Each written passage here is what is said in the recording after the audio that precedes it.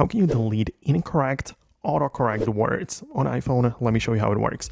If you're new here, most definitely subscribe so you don't miss tutorials and videos like this one. So a few options you have. First of all, open up the settings app, naturally go to the general section and find the keyboard right here. And the things are like incorrect autocorrect might be caused by text replacements, which are like these shortcuts which you can set up for, you type in a shortcut and like a whole message or a phrase will replace that shortcut. So if you don't like that and if you feel that these are like replacing or automatically correcting your text on the iPhone, make sure you delete it from here.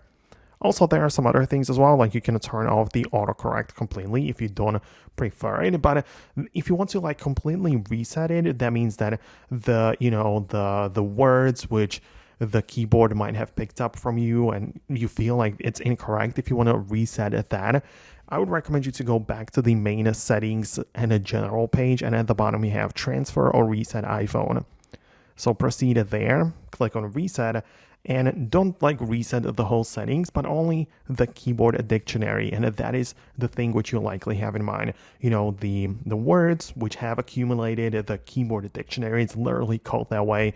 And if you want to start fresh, just reset it like that and you're going to be good to go. Your iPhone will still autocorrect you, but it will likely be reset and like better, I guess. So let me know in the comments below if you managed to find it, if it worked for your device as well. Thanks a lot for watching, and I'll see you in the next upcoming tutorials like this one. So stay tuned and I'll see you later.